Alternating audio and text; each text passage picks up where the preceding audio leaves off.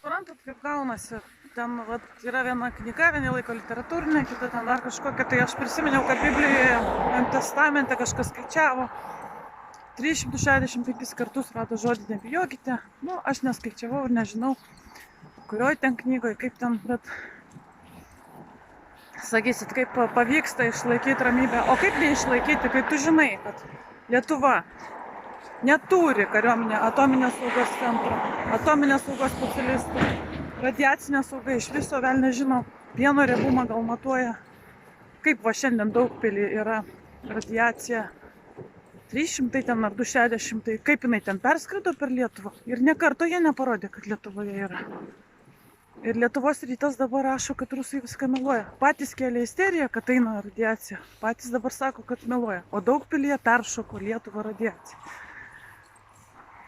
Tai mes tiesiog turim susiimti atsakomybę į savo rankas už save, už savo šeimą, už savo valstybę, už savo regioną, už savo Europą, už savo pasaulį.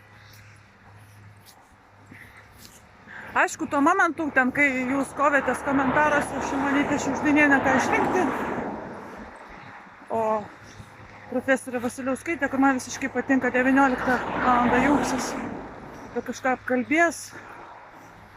Ir kai aš pirmą mačiau 20 000, sakau, o čia labai daug. Ir kai paskui pradėjau suprasti, kad čia ne tūkstančiai, o milijonai.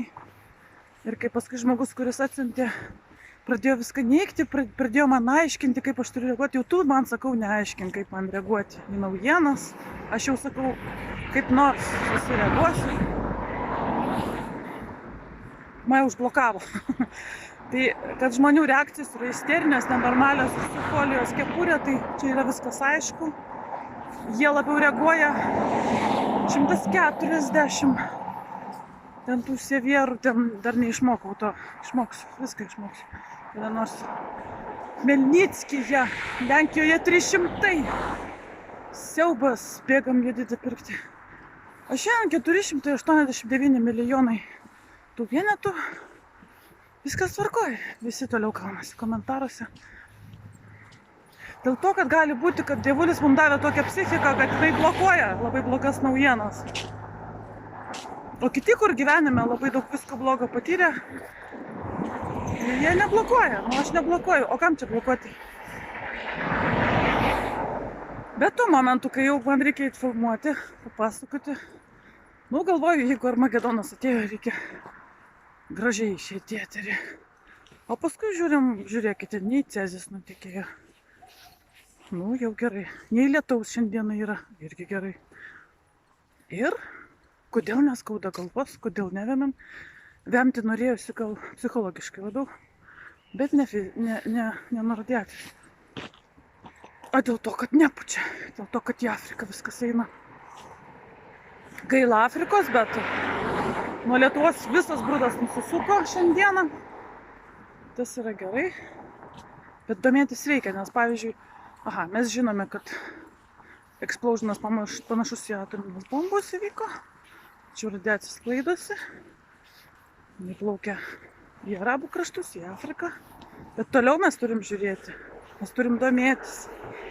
Mes turim vieną gyvenimą, vieną kūną.